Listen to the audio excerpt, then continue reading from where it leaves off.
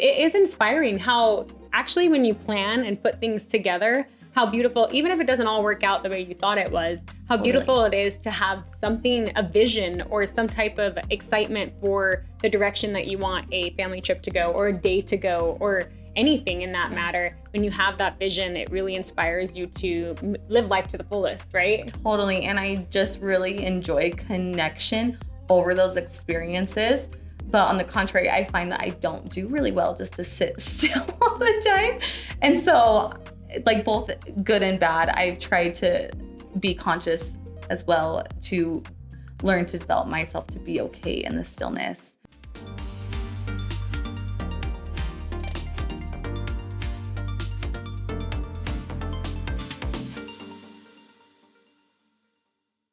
Welcome back to another episode of HerXpansion podcast. I have been dying to have this guest on today. She is one of my dear friends and has been for a long time. And she's seen me personally expand a lot. And I have also gotten the opportunity to learn from and feel love and feel connected from her as a woman, as a mother, and as a friend. I have my dear friend, Kelsey Archibald here. I'm so excited to have her. She is a mother of three, a hairstylist and salon owner of 879 Studio. She's also just so much fun, such an adventurous, wonderful woman who serves in so many areas of her life. And I'm just really excited for you guys to get to know her and hear all about her and her adventures. And so with that, welcome. I'm so excited to have you. Yeah, I'm excited to be here. I feel a little triggered already. Like when you said that I've been here to see you expand and you through your journey. It's been such a privilege to be on the sidelines and see how much you've grown. And you've always had that light and that like worth. And I always knew that you're still the same person, but how you've been able to show up in the world now, sharing that with everyone. That is so kind of you to say. Thank you so much. And that's why I'm so passionate about this. And we can even dive into this a little bit. We can talk about our relationship and kind of how I got here. But I want to focus this on you because you are such an incredible light and individual in so many ways. In motherhood, I've never seen a better example of someone who just truly has the right, I wouldn't even say balance, but like harmony of love, of discipline, of support, of I've been so inspired watching you. And I know so many mothers out there can learn how to really show up best. And we always say like we don't have it all together. We're all just learning on this journey, right? But I've seen you expand yourself with each child and each way you've shown up and how you've supported these children. And it really has inspired me. But I want to go back to kind of your roots. Talk to me about your upbringing. Tell me a little bit about what made you who you are and how you have this beautiful essence and soul about you in your day-to-day life and everything you do. Okay, that's kind of fun. I feel really fortunate to come from a home of just really incredible parents. My mom being like the salt of the earth and my dad probably being one of my greatest mentors. We have 6 kids in our family and I line up as number 2. I have an older brother. So he does a great job at the older brother role. And then me being the oldest daughter kind of took on that like second mother role. And it was both a privilege and challenging to have that role. And I think that a lot of the like who I am comes from my place in my family. And also watching my mom, I think I am very similar to my mom and just the attributes that she has for both good and bad, honestly. Mm-hmm. And I'm grateful for her example. And I grew up here in Sandy, Utah. So I think we're going to talk about some adventure things. And I have loved living in Utah, and the adventure in me is inherited from my dad. Mm-hmm. And so it's been really fun to develop those attributes in myself. And it's really like lent to my family, like my individual family now, and the experiences that we create as a family. So I'm grateful that that was passed on from my childhood. So yeah, I love that. Expand on some of these like traditions or things that you've experienced and created in your family life as a mother, but also growing up, because you have so many fun things planned all the time. And I know you have traditions and things that you do. And I've been invited over and gotten to participate in a lot of those beautiful traditions. It really brings like this connectiveness to not just like the kids in the family, but to your community. Like you are, I'm getting emotional talking about this. Like you're so good at bringing people together and make them feel loved and cared about in your space. And so I want others listening out there to just hear some of those things that you do that really connect people. Yeah. That totally comes from my dad. My dad has this, like, his mantra is like the more the merrier.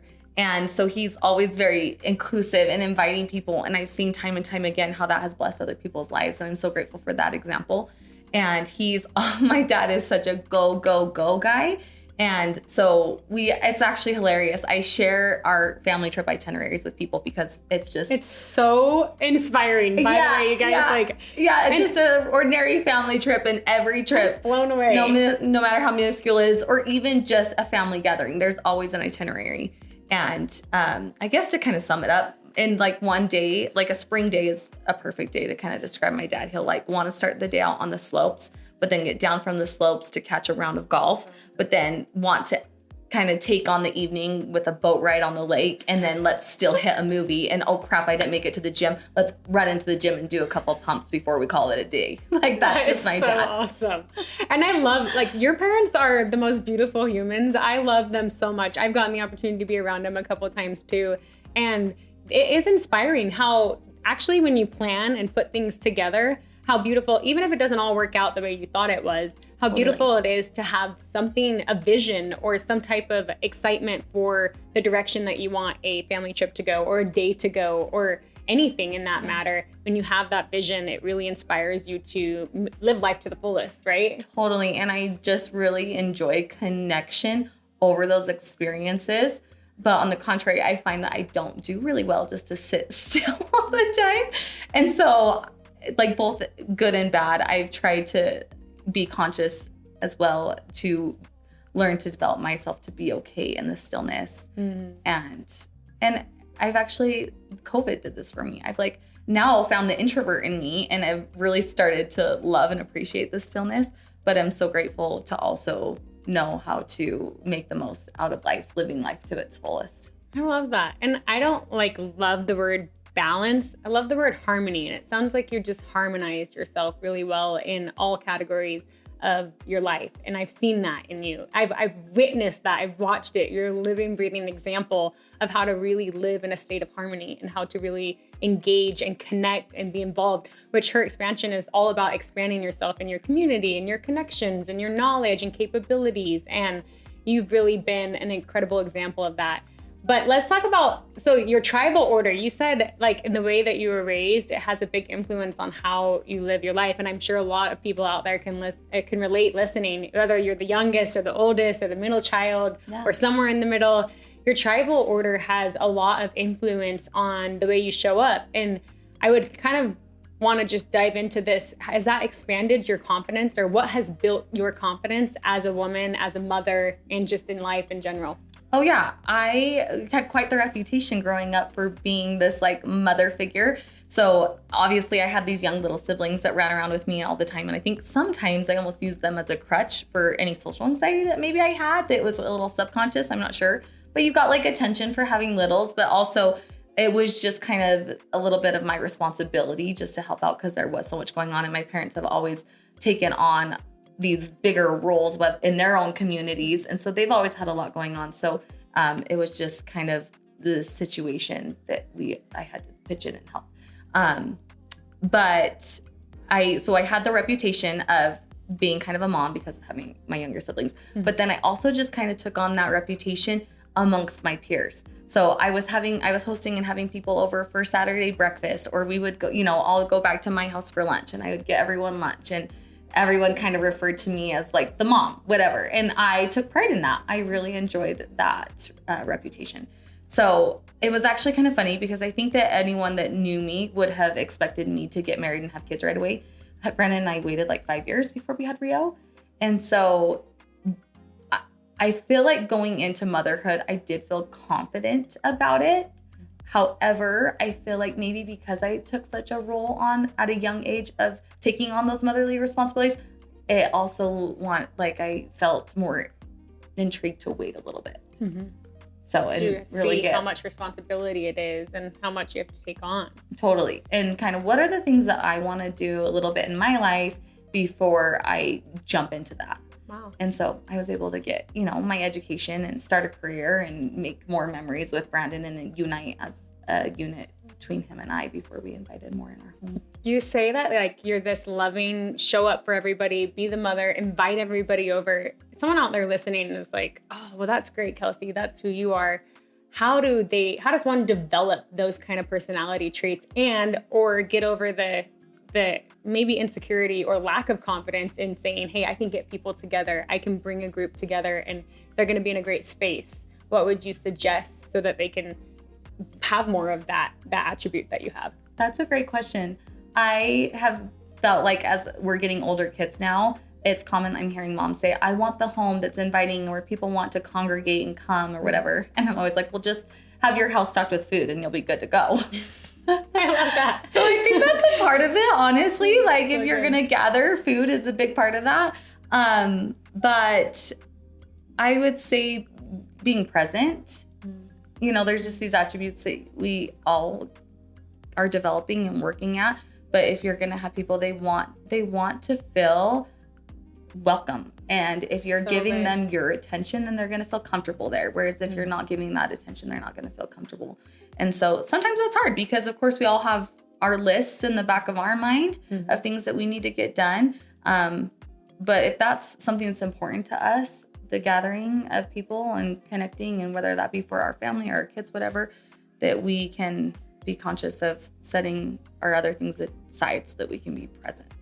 That is so big because it's true. And you push everything else aside. At the end of the day, we just want connection with each other. We just want to feel loved and supported and related. And this is something you're so good at, is being a good listener and asking questions. I've noticed that with you is you're very present, you're very attentive, you're a great listener, and you're always asking questions. You're always diving into, how's life? Where are you at? What's your family like? How's your kids? Who's your neighbor? How's your parents? Like, you're so good at asking questions. I think those of you listening out there, if you're like, oh, maybe I'm not great at getting people together, just ask questions about people. And then what Kelsey said, just be present, be a listener, be there, be supportive, because you're so right. People just want to feel connected to and whole and complete with your presence. And I always say the relationships are what we take. They're lasting and eternal. Yeah. And that's why we get to cultivate them here, because it is one thing that we get to take with us. Well, I've been so fascinated by like everyone's blueprint. Like no human being's blueprint looks the same. And I was thinking about my friend Taylor, actually. He just posted last night on Instagram that he got engaged. And him and I have totally lost touch. I know, congratulations. We have lost touch. And I'm so excited for him. And he has like an interesting story actually, because he was adopted at a young age. And then he actually rekindled things with his birth parents later on in life. And just thinking kind of about his journey and just, wow, it's so cool. And so I feel like everyone has a different blueprint and it's so fascinating. And I don't totally know why I am the way that I am, but I was also that girl that if I was going to someone's house, I was like, okay, like, who are your parents? And I'd make a relationship with the parents. And then I learned who the cousins are. I really am oddly that way. I don't know why. But I think it might have something to do with my dad comes from a family. There's 9 kids in the family. 6 of them are adopted, 3 biological.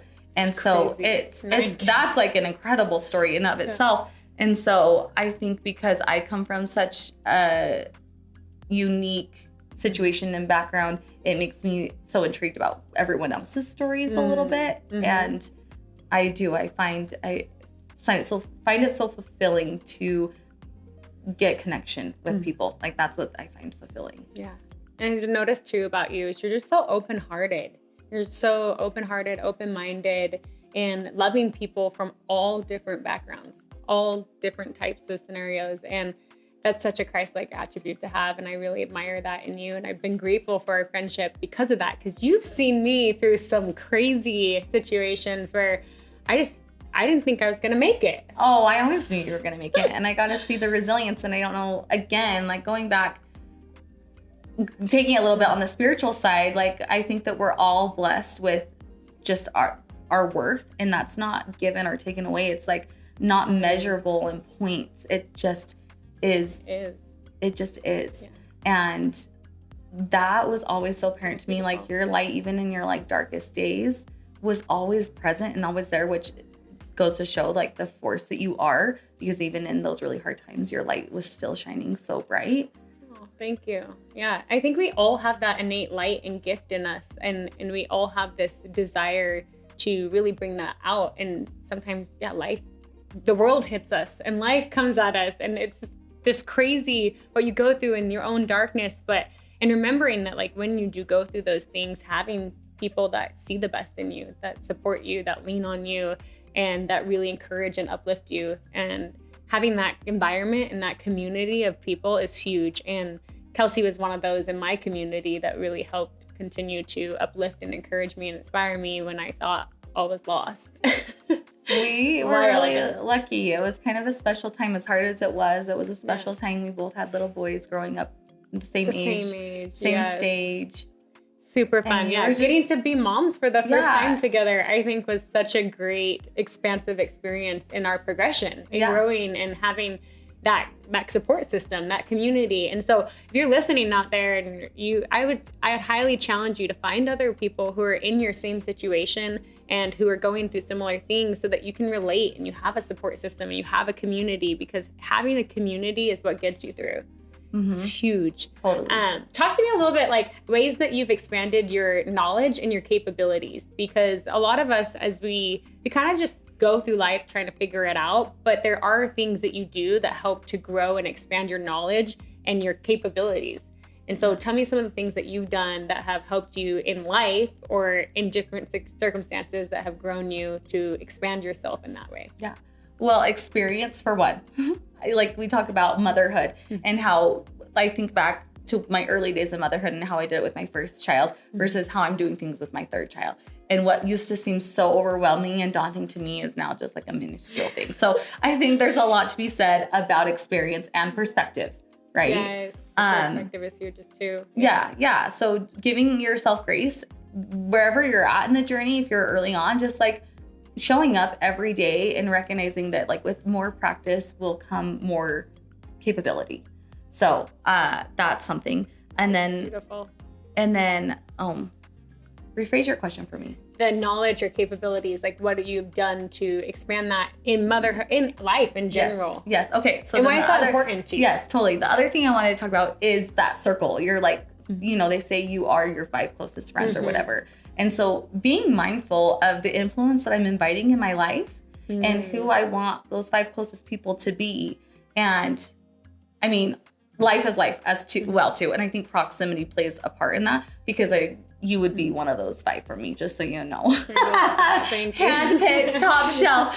But awesome. Proximity, we used to be next door neighbors. And so there's that asset too. But, my husband, Brandon, is one of those. And so grateful for him and his example and his continued love and support. So I think when you surround yourself with people who have the same goals and aspirations and mindset, that really helps you expand. The biggest hearts that I know, you and Brandon. He's a sweetie. He's a sweetie. So yeah, your circle of influence, with practice comes more capabilities. And then that is huge. Like, I think a lot of us feel we have to do something to expand your knowledge, but just know that you growing and being and just experiencing life, experience is what gives you wisdom. Experience is what gives you knowledge and what builds you into the person you're becoming. And I think that is huge. Like, that's a golden nugget to me, because sometimes we forget. I know I do. I'm always, how can I learn? What do I do? And it's, wait, I'm actually learning just going through these experiences in life. And they're shaping me and developing me into a better person. And some of the experiences that I have made me the woman that I've become today. And I'm sure all of you out there listening, and Kelsey also saying, hey, you having experiences, you're going to do things differently each time as you continue to learn and progress. And things that used to stress you out with your first child, now in your third child is, I've learned to surrender. I've learned to let go. I've learned to experience it differently based on what I've learned over the past. So that's huge. And you just continuing to expand your knowledge just by existing. By experiencing. And then also being conscious. I have these friends that are going to Africa for a humanitarian trip. And they're like, we've never done this before. I don't know what to pack. I don't know what to expect, all the things. And we've all been there before, but we've also all been on trips that we're taking annually or multiple times a year or whatever, where we have got it down. We know what to pack, or taking the day to go skiing. You've got your system down and you know what to pack. You know what you want to do for lunch. Okay, you're going to check the weather. You know exactly what outfit you're going to wear depending on the temperature or whatever. And so I think that's kind of the idea as well, as like, okay, last time when I went skiing and the temperature was X, this is how I dress. And it didn't quite cut it. So this time, building on what you've learned. Yeah. So with So practice also comes reflection and like correction. And so big. Let's dive into too ways that you've expanded your consciousness. I know we're jumping into this world of all these different new ideas, new things, new ways of doing things, and they've actually always been around, but there's just different ways of looking at it. Your consciousness, you're super sharp, you're super bright. You also have a very in tune spiritual essence about you, and you've expanded yourself in many ways in that regard. What has really built that consciousness, that awareness that you have? Yeah, I was actually listening to some of the other podcasts on HerXpansion, and all of them are incredible, by the way. But I was thinking about that, and I in no way have arrived, but I did reflect and kind of applaud myself a little bit, because I am bettering myself in my consciousness over different areas. So, for example, time management. We could dive into that. My time management, I don't know why, but I'm just notoriously the girl that's like 5 minutes late, and I've been okay with that. Yes, I know. So, but I've been really trying hard, and it seems like, with life, the 5 minutes can turn into 10, and then the 10 can turn into 30 or whatever, and you add more kids onto it, and it just gets to be more challenging.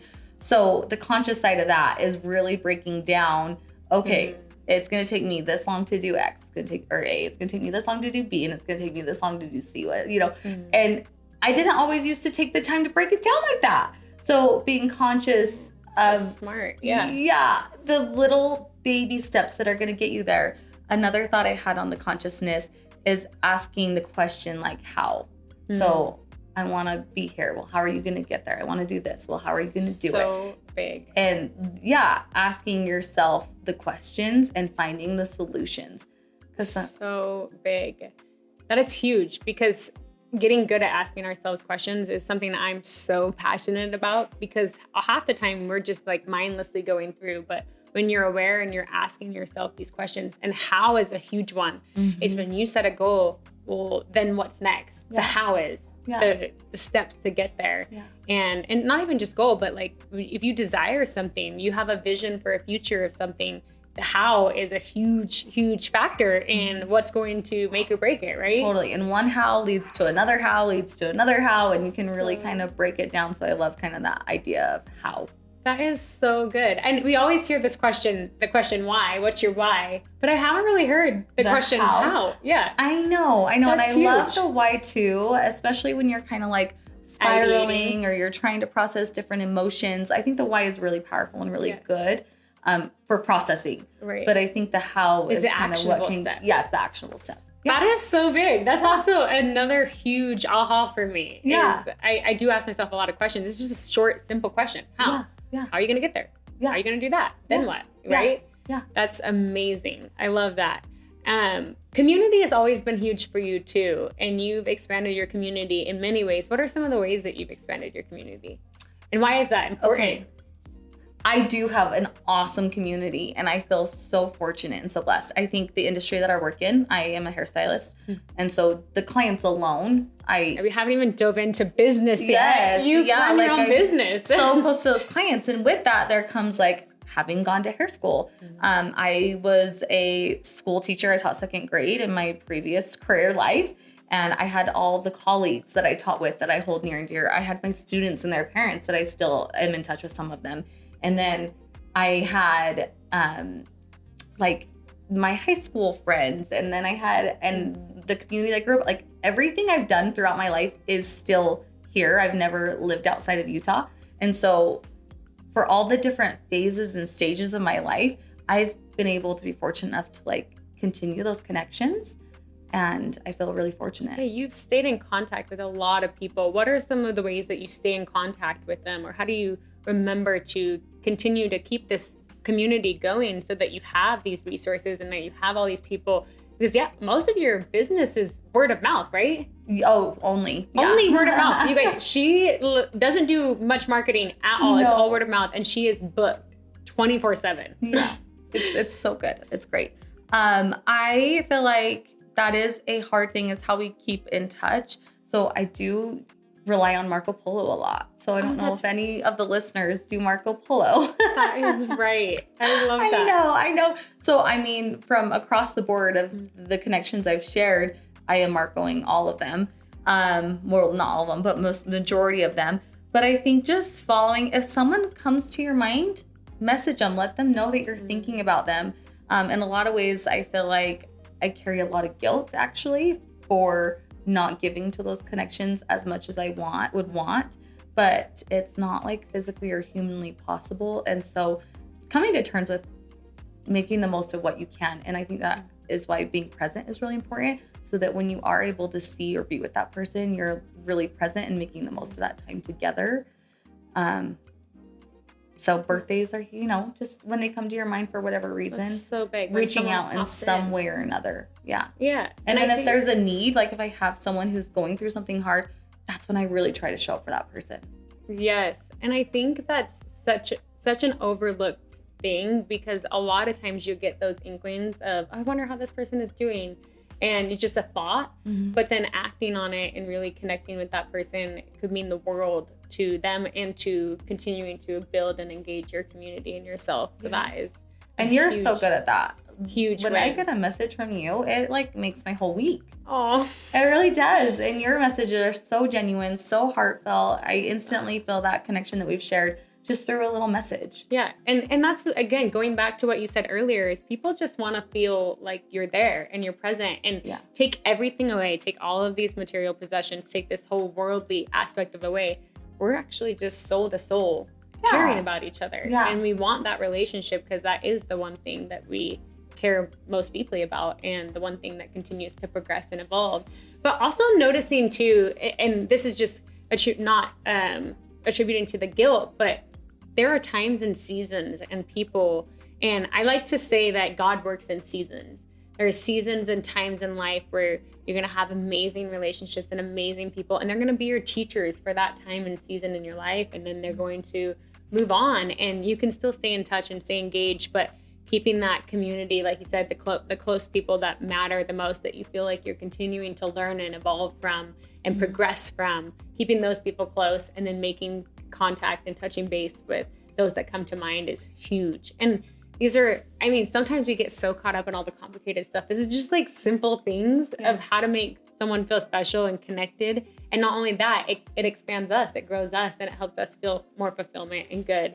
And I love everything that you've mentioned, because it's just going back to these true basic things that all of us desire for human to human connection, but also soul to soul. And I think that's so, so beautiful. I just want to honor that and thank you in that, and just the way you show up and the way that you continue to encourage me to progress in those connections as well.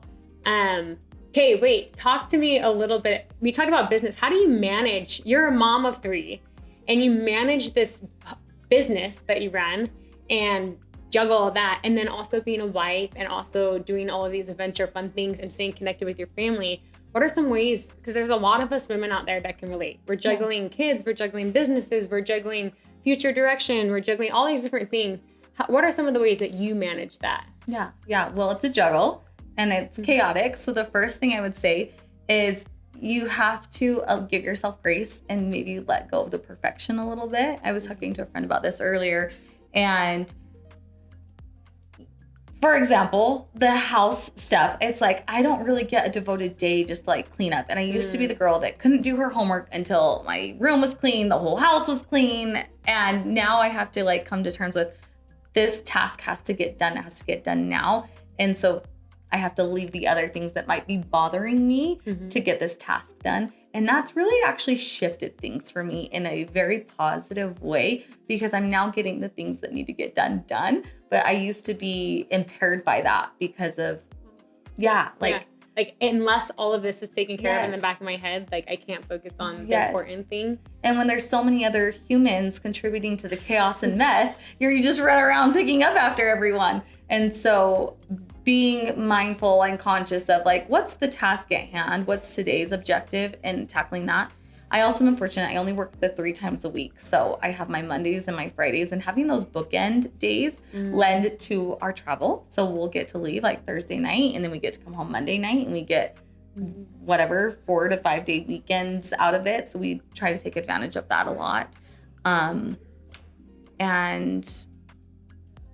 so awesome. Like, yeah, the balance. Tell me some of the places that you've traveled to, like as a family, you would highly recommend that were in all the ways, breathtaking, great for family, great for connection, great for experience. Yeah. Tell me some of the places that you really enjoyed. Yeah. I would say Lake Powell is iconic for us. Lake Powell. Some people don't even know who. Lake Powell is a thing. Yeah. They've never even been there, experienced it. Yeah. I mean, it's beautiful and people come from all over the world to come and see it. And I've been so fortunate to pretty much go every year of my life. So it's very nostalgic for me because I got to go growing up with my family. But I think what I love about it is it's like, for the most part, you're off the grid. Now with Starlink and other things, it seems like that is kind of dissipating a little bit. But it was like the week I got to be unplugged and just be so big. Yeah. And we're playing nonstop. And then when we're not playing and it's the downtime, you're just really connecting on like a deeper level. And it's not so much the hustle and bustle of life.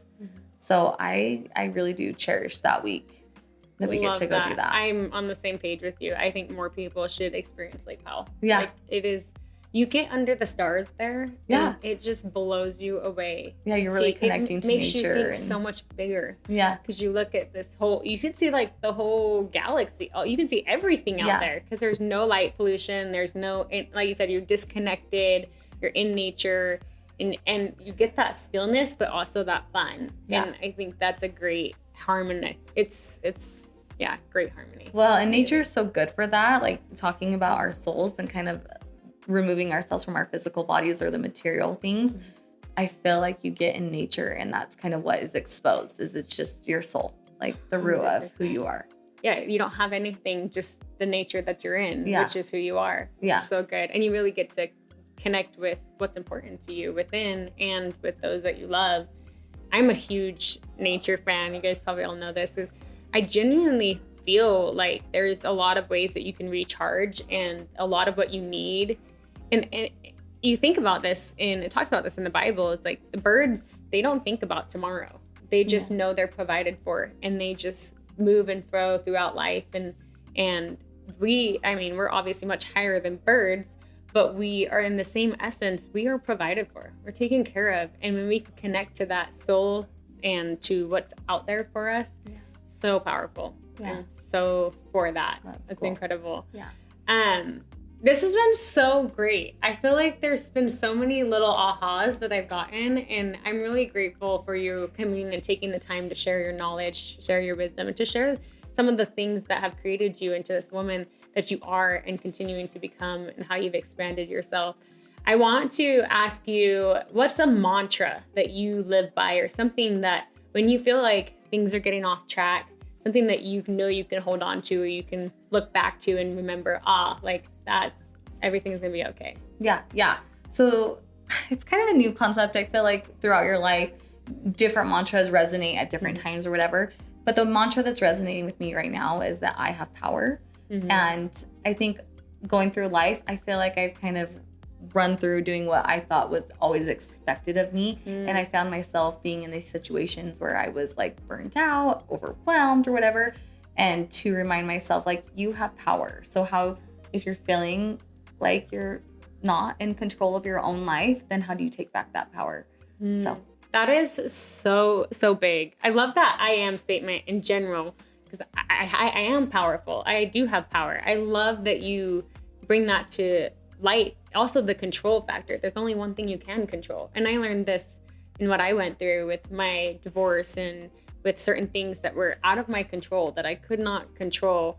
Knowing that the one thing I do have control over is I do have control over me and how I respond to it and how I react to it. And I do have power, and I'm claiming back that power. Yeah. And you're so right. So often we're always giving away our power without even knowing it to things that don't even need to take your time or energy. Totally. And you're the only one in control of that. And so just coming back to like, I have that power, and that's a huge, powerful affirmation. I love that affirmation and that statement, that the mantra you live by.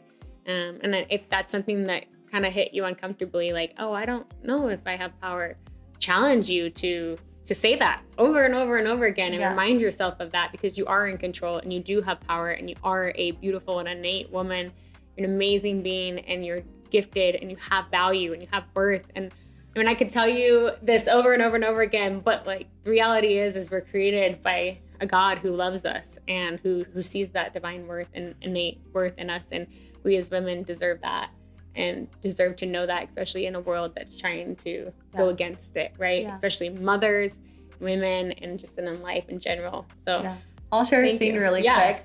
So Brandon and I are gospel doctrine teachers in our church. And so we get to teach the adults. It's really intimidating. And yesterday we actually taught on the lesson of worth, which is kind of why I brought that up earlier. But we played a scene from Sandlot. You know, if you're familiar with Sandlot, like cute baseball movie. We're a big baseball family, so we are traveling a lot for baseball too. But Smalls took his dad's ball that was signed by Babe Ruth. He didn't realize, and he thought, oh, I'm just providing a ball for the neighborhood kids to continue playing the ball that we wanted to play. But the ball goes over the fence where there's this dog that everyone is terrified of. And the neighbor kids are like, bro, that ball is long gone. It's gone. And he's like, no, my stepdad's going to kill me, because it was his stepdad's ball. And they're like, well, I mean, what's the big deal about this ball? Can we just pick up another ball? And he's like, I don't know. It was signed by some girl, Baby Ruth. Like, he had no idea. And all the neighborhood kids are literally, just before they find out it's signed by Babe Ruth, they're like, this is a matter of life or death. We're not getting that ball back. They find out it's Babe Ruth's name on that ball, and they're all jumping over the fence. So I think that we can all sometimes be like Smalls and not recognize the worth that we have. And that ball was just a ball. But God's on the other side, knowing the value of that ball, and how immediately when you understand the worth of something, it's worth it. It's worth like that life or death, putting yourself and he will come after you. Because he values you. So much. I just kind of want to say kudos to your message that we have a divine worth. And when you come to really have a knowledge of that, it gives you the strength to press through like a lot of the challenges of life, and to be more like in his name. And that's where our worth comes from, is because we are his. That is so beautiful. And that parallel of the story is so incredible. That was Brandon. Credit to Brandon. We love you, Brandon. You're incredible. We should be interviewing Brandon as well. He's such a love and light and inspiring in the way, just this family is just so beautiful. And the way that you guys present your family, and the way that you show up, and the way the traditions that you have, and the way you adventure, and the way that you love, and the way that you invite others and parent, is something we can all aspire to. And I love and honor you for that. And I just want to say thank you so much for coming out here and sharing some of those tips and tricks and some of the things that you do that have grown you, that we could also be more mindful of and implement in our lives. So I just want to say thank you. Appreciate it. With that, any last words? Oh, well, those were my last words. It's been such a treat to be on here. And honestly, I do feel like, because of my upbringing and the go, I don't always pause. And so honestly, you had asked me to come on the show like over a year ago, and I was just about to undergo jaw surgery and ankle surgery. And I was like, this probably not a great time for me. So then you asked again, and I was like, oh no, I thought I dodged it. But I was really excited for the opportunity, because I'm like, it's going to expand me, and I need that in my life, and I need the pause to be conscious. And that's kind of what I'm working on. And I'm like, this is the perfect vessel to implement and practice that. So thank you for the opportunity. I love that. Thank you so much. Again, thank you for coming out and doing it. And with that, I hope you guys got something of value. If it resonated with you, or even anyone that you can think of, go ahead and share it, and continue to expand your life, and continue to see your value, see your worth, and expand the life that you lead, whether that be in motherhood or whether that be in the communities that you're involved in. Really show up and share your knowledge and connect, because this life is about connection. This life is about community, and this life is about building that version of yourself that is already within you, but really calling it out and continuing to progress. So with that, we'll see you guys next time. Thanks so much.